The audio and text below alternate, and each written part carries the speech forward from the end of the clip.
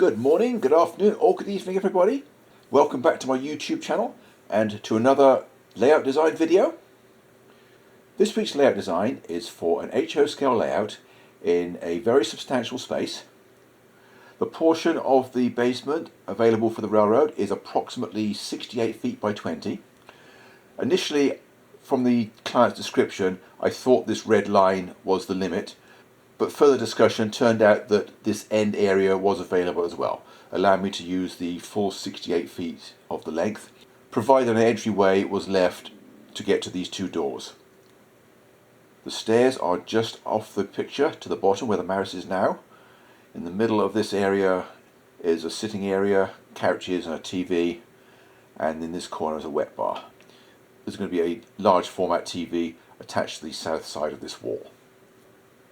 In this corner is the mechanical room, and unfortunately the mechanical room ended up a lot bigger than it was supposed to be because his electrician installed the electrical panel in the wrong place. It was supposed to be down here further, but he installed it right up here. So he just ended up making the mechanical room about 4 feet bigger than was intended. And in fact I started this layout design before the basement was complete, and there was a few modifications made to the space during the development of the design. Now, although this seems like a very generous space, the client did want to fit quite a lot of railroad into it. He wanted a long double track main line, substantial passenger terminal, freight yards, engine terminal. He wanted a minimum of 4-foot radius curves, and he wanted, in addition to the main passenger terminal, at least 3 or 4 smaller passenger stations and supporting freight facilities.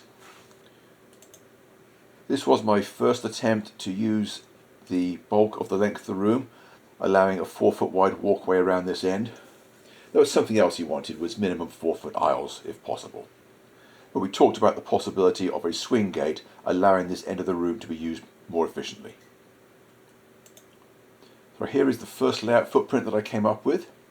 I'm planning on putting a swing gate across at this point, allowing for a branch line in this area.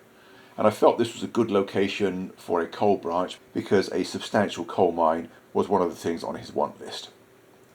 Now, with the customer's requirement for 48-inch radius curves on a double track main line, the turnback areas occupy a lot of width, and clearly there is insufficient width for a 3-lobe arrangement such as I've drawn here. And also there's not enough room for 2 side-by-side end curves in the area beside the mechanical room. The client did say that we could extend further into this area as long as he has an adequate walkway to get to the mechanical room door, which is about here where the mouse is now. Here is my next attempt to get a better footprint. It does mean that we only have one really long straight area for the main yard, but there is a shorter area along this side which might be useful for secondary switching areas. And we talked about the minimum radius, and we decided that hidden curves could be down to 3-foot radius, and he was okay with 3 foot on the branch line as well, which is going to come into this corner. And also he was okay with shaving the minimum radius slightly for curves viewed from the inside, such as the one around here. Obviously that's going to be a tight area. We might struggle to get 4 foot in there.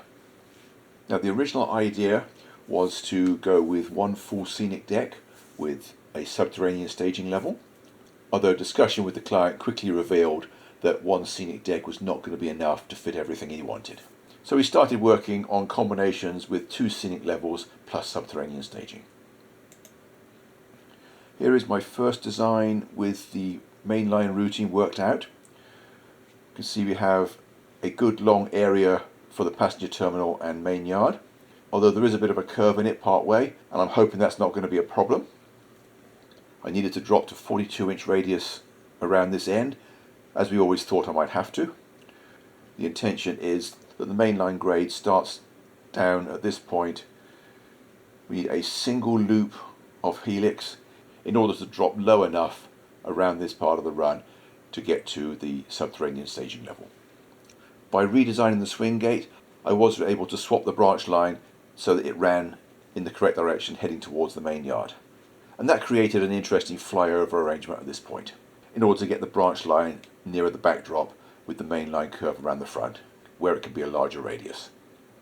At the other end, getting into the helix in the preferred direction meant dropping to 42 inches in this corner to be able to run around and enter the helix in the direction I wanted to.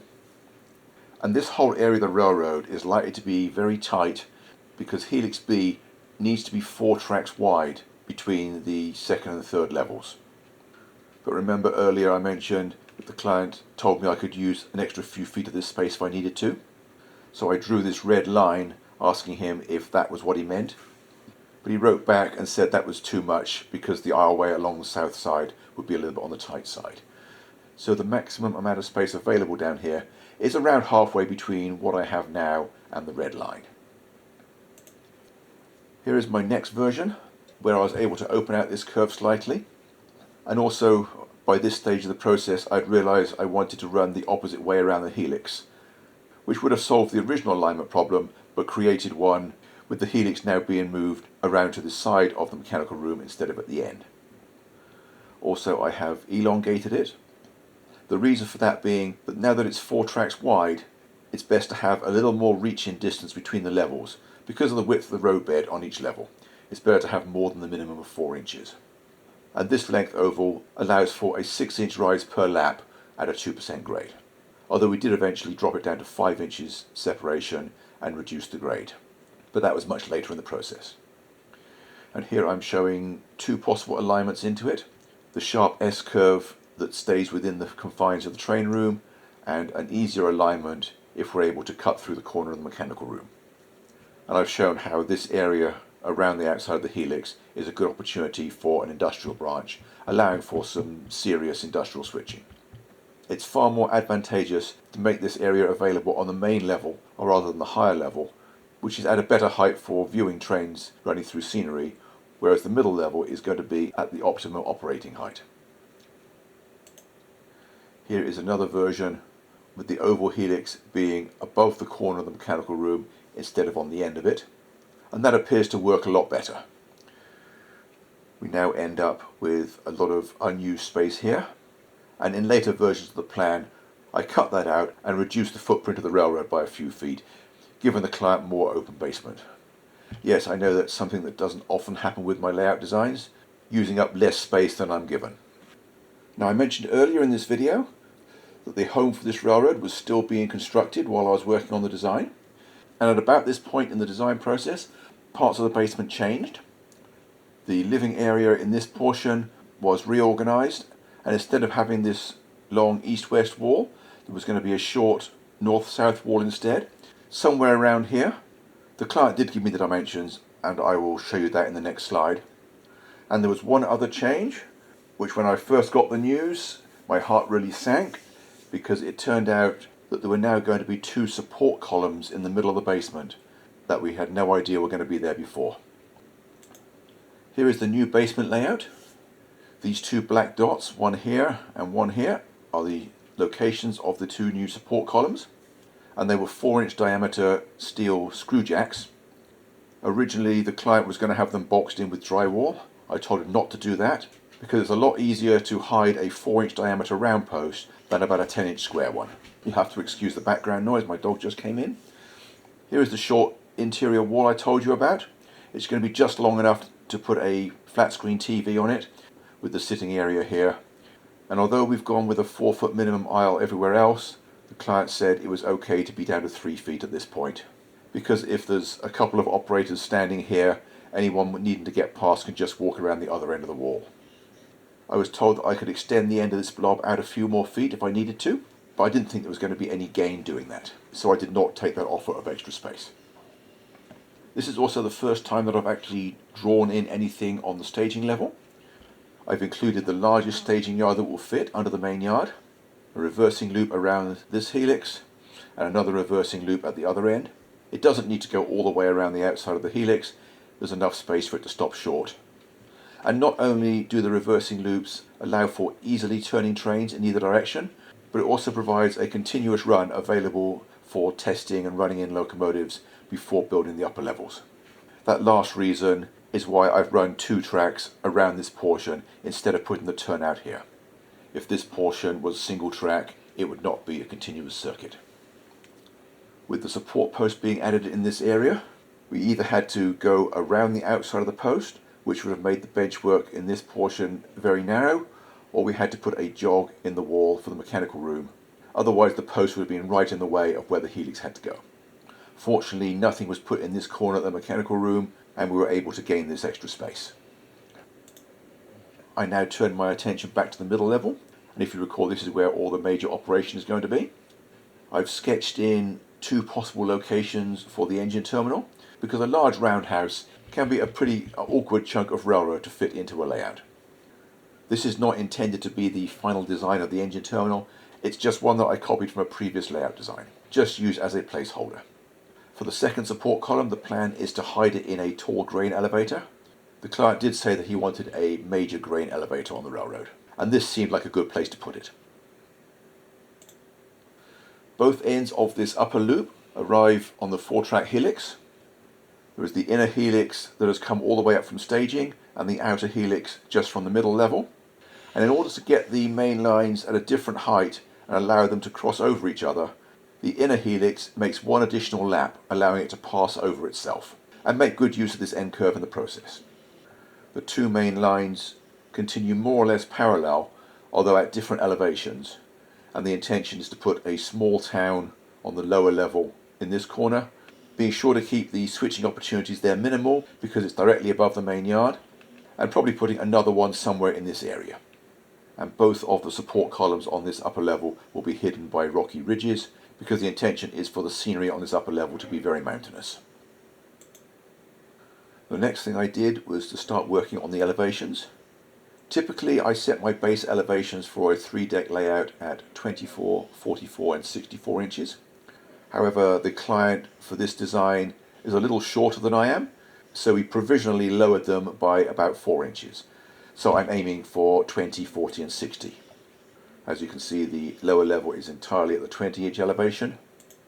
I worked out all the grades necessary to get the main yard at 40, and with the intended junction location for the mine branch, even climbing quite steeply, that ends up at 32, which is a little lower than he wanted it because he planned to build storage cabinets under it. Here is the upper deck with the elevation shown. Note that the lower loop is at 60, the higher one is 64 for most of its distance, but both of the switching towns will be at 60. In this version I have filled in the main yard. This is not the first iteration I drew. It took me several attempts to fit everything in a pleasing manner. I first tried putting the passenger terminal at this end, but I struggled with the approaches in this corner. With the minimum radius curve around here, I just could not get an acceptable alignment into the passenger terminal, and the other end would also have ended on this curve as well. So I moved that to the straight section and instead put the curve in the middle of the freight yard, and that worked a whole lot better. And note that the engine terminal ended up in a different location. I didn't use either of my first two suggestions. The corner location is very convenient because it's possible to put an access space behind it, and having the turntable next to the aisle is much preferable than having it behind the roundhouse, because it's easy to see what locomotives are in which stalls and identify them by the numbers that most railroads placed on the back end of the tender for that purpose. Now the client wanted to make use of the Walther's Milwaukee station and train sheds kits, so the passenger terminal is sized for those, although the intention is to modify them slightly, put the station at a higher level with a concourse over the tracks between the two train sheds. And this has the advantage that it allows a thoroughfare track to pass under it, giving easy access to the engine terminal. The client also asked for a small diesel shop. He's running mostly steam engines, but with a few first-generation diesels as well.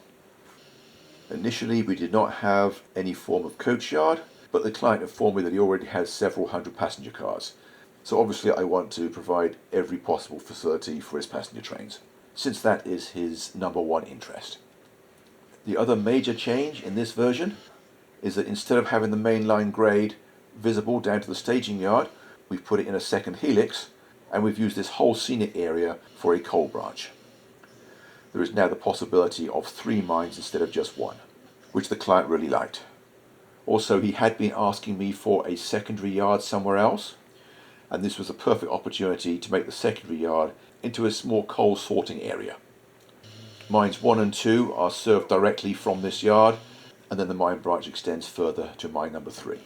And the original intention was to make it look like the branch continued even further to another mine which is not modelled. Now, a side advantage with having the coal sorting yard here is that it means his coal trains can now run through the main yard without stopping, thus helping to avoid congestion. And also has a side advantage because the customer has cars and locomotives from multiple different railroads. So he's decided that the main line is going to be a joint affair with just 2 major companies running through, which is why I put 2 caboose tracks here, 1 for each of the companies. And the coal branch is going to be run by a 3rd railroad company whose locomotives will not be served at this terminal. Now, I realise that with the extreme length of this plan, the screen resolution doesn't allow a good view of this yard. So here is an enlargement of the freight facilities. We can see that there's room for several small industries along the back, another one at the end, and I've extended the yard lead around the corner inside the main line to the grain terminal, freight house and team tracks. And here is an enlargement of the passenger terminal. I was able to get proper double track approaches at both ends, allowing for simultaneous arrivals and departures, which is always desirable with big passenger terminals because that is how the prototype always built them. Although it does come at the cost of a lot of complexity in the form of double and single slips. Now, I mentioned the main line at this end being dropped down to a lower level, meaning that some of the staging yard is now extended into a 3rd scenic level, which being at 20-inch elevation obviously is very low for operation, so it'll be switched from a low stool or rolling chair. I suggested a deep canyon in this corner because it's the only part of the railroad available for that, and I've drawn the staging yards in full detail. Viewers familiar with my layout designs will know that I always include as much staging as will possibly fit, and I've put an auxiliary stub-ended 10-track staging yard in this corner. I've also got a couple of short spurs for track cleaning trains. I've filled in the locomotive storage area, and although I drew a 110-foot turntable in the main yard area because the proportions work better with the Walther's 10-degree roundhouse, in the hidden staging area I've drawn a 130-foot turntable because it allows for most 2-unit diesels. I've shown the area available for storage cabinets, both under the mine branch and in this area around the main helix, and as always a spot for a cabinet to put all the control systems in it.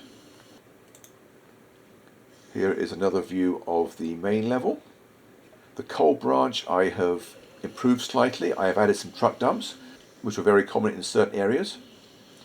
There was a yard included on a layout design I did some time ago where there was no fewer than 7 truck dumps during the period the client wanted to model.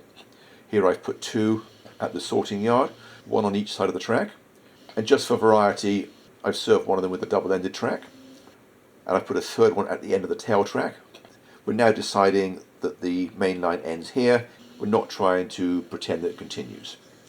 And one interesting idea for this area might be to assume that there used to be another mine further down, but production is lower now than it used to be, and when a recent storm washed out a bridge on that extension, it was decided to build a truck dump and just transport the coal by truck for the first couple of miles and load it into the train here. Now, at this point, all 3 mines are drawn to utilize the same Walther's kit. This is not that I'm suggesting he use that on all of them, it's just that all 3 locations were big enough for it to fit. The client will make minor changes to the design when it comes time to build that area and give them a lot more variety. Also, the industrial branch is only placeholders at the moment. The client suggested a large chemical works at the end of the branch because he really likes tank cars, although at this stage everything here is just a placeholder. And here is the upper deck with most of the track arrangements filled in. I bent a small town around this wide curve, added a pulpwood spur at this point and another industry at the summit. I'm suggesting a fairly large lake along here because water scenes are really great for photographing trains. I haven't yet filled in the last of the small towns.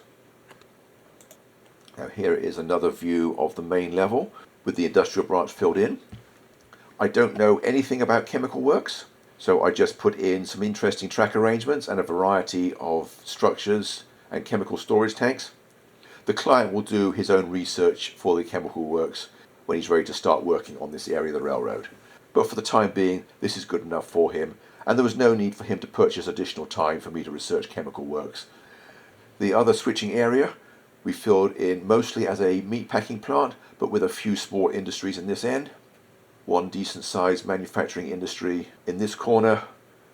A scrapyard is probably a good way of filling in this narrow gap between the railroad and the highway, and one track curves under the highway bridge to an offstage industry, which isn't modelled, it will just be printed on the backdrop. This is the first version that I drew with this final switching town filled in. And on this view I've also left the colours shown. This is how I do most of my layout design. The Third Planet software that I use gives me the option of showing the straights, curves and easements in different colours. Straight track is shown black, circular curves are shown in red, and the easements are green. I include easements on all my layout designs because for any given radius the trains always look better running through easements than going directly from straights into curves. I think I mentioned earlier that we eventually decided to reduce the grade profile. So instead of having a 2% grade, we've now got something like a 1.6%. This shows the revised elevations. And now the inner helix at this point, instead of making one extra lap, makes 2 extra laps, allowing for a good vertical separation for the tracks in this canyon scene. It does mean that this industry is too high to switch, so I've shown a pull-out step, allowing operators to get enough height to switch it comfortably. Most of the time it will just be pushed under the benchwork out of the way. I've also modified the backdrop in this area to allow for a much deeper scene. This river can meander out of sight into the distance. The key here is a pair of rocky ridges, making it impossible to see the gap between the two backdrops. And there is an access opening at the back which will be used for detailing the scenery in this area. Now observant viewers may notice that I haven't drawn the low level tracks in this area, and the tracks on the middle level would actually cut into this access area somewhat. So the intention is to build the back end of the coach yard on a lift out section that can be removed when it's time to build the scenery up here. So the coach yard capacity will be temporarily reduced. At about this point in the design process, the client saw a low-level scene that I included on a couple of previous layouts, and he asked if I could do something similar around the helix. So instead of the reversing loop running tightly around the outside of the helix, I've instead widened the curve and put it through a scenic section. I've shown 2 different alignments at this point. One is the safe route that stays within the train room. Another one is a preferred route if we can cut through the corner of the mechanical room, allowing the track to be further forward at this end, which would most likely improve the scene quite dramatically. Although the client wasn't sure about being able to cut through the corner, so we decided to play safe instead. Here is a view of what I drew for that scene.